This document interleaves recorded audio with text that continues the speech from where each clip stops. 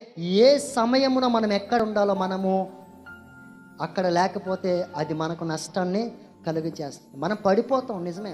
ఈరోజు ఆత్మీయులు ఎందుకు పడిపోయినారంటే ఈ సమయంలో వారు ఇక్కడ ఉండవలసినటువంటి వారు కానీ ఇక్కడ లేరు. అందుకే వాక్యం అంటుంది, మీరు అజ్ఞానుల వలె కాకుండా జ్ఞానుల వలె ఏం చేయాలంటే సమయాన్ని సద్వినియోగం చేసుకోవాలి.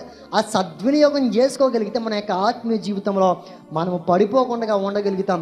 దావీదు పడిపోవడానికి కారణం సమయం. ఆ సమయంలో దావీదుడు ఎక్కడున్నాడు? ఈ సమయంలో మీరు ఎక్కడ ఉంటున్నారు? ప్రార్థన సమయంలో ఎక్కడ ఉంటున్నారు? అది మీకు నష్టం అంటున్నాడు వాక్యం. ప్రార్థన జరుగుతుంది, ఆరాధన జరుగుతుంది, నువ్వు ఎక్కడికి రావాలి?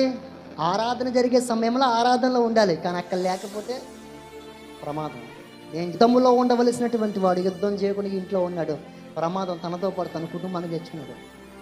మనం అలా చేయకూడదు. మనం ఉండవలసినటువంటి స్థానంలో ఏ సమయంలో ఎక్కడ ఉండాలో, ఏ సమయంలో ఏది చేయాలో దేవుడు సమయమును మనకు అనుగ్రహించాడు కనుక ఆ సమయాన్ని మనం పోగొట్టుకోవద్దు. ఎందుకో తెలుసా? అపవాది మన సమయాన్ని దొంగిలించడానికి ప్రయత్నం చేస్తాడు. వాడు ఒక ఫోన్ పెట్టాడు మనకి, ఈ సమయం తెలియట్లేదు, ఇంకా సమయం తెలియట్లేదు, దీన్ని పట్టుకుని ఏలాడుతున్నాం. సమయం అయిపోతుంది, సమయం గతించిపోతుంది. సిగ్గుమాలిన జనులారా కూడిరండి అంటున్నాడు. పొట్టు గాలికి ఎగిరిపోయినట్లు సమయము గతించిపోతుంది, రండి. సమయం అయిపోతుంటే ఇంకా సమయం ఉంది. రేపు కాక మాపు వెళ్దాంలే, ఈ వారం కాక మరలొచ్చి వారం వెళ్దాంలే, నెలగారి ప్రార్థనకి వెళ్దాంలే, కిస్మిస్కి వెళ్దాంలే, ఉపవాస ప్రార్థనకి వెళ్దాంలే, జనవరి పొట్టుకి వెళ్దాంలే. నువ్వు పైకి పోతావు. అప్పటికి వాస్తవం అండి ఇది.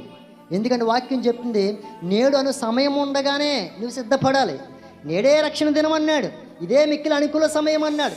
ఎందుకంటే ఈ సమయం పోతే మరలా సమయం నువ్వు ఉంటావో ఉండవో, నేను ఉంటానో ఉండనో ఏమో తెలియదు కదా. అందుకే సమయాన్ని మీరు ఏం చేయకూడదంట, పోగొట్టుకోకూడదు. ఆత్మీయులైనటువంటి వారు పడిపోకుండా తీసుకోవాల్సినటువంటి జాగ్రత్త, మీ సమయమును మీరు ఏం చేయాలి? కాపాడుకోవాలి. ఏ సమయంలో ఏమి చేయాలో అదే చేయండి.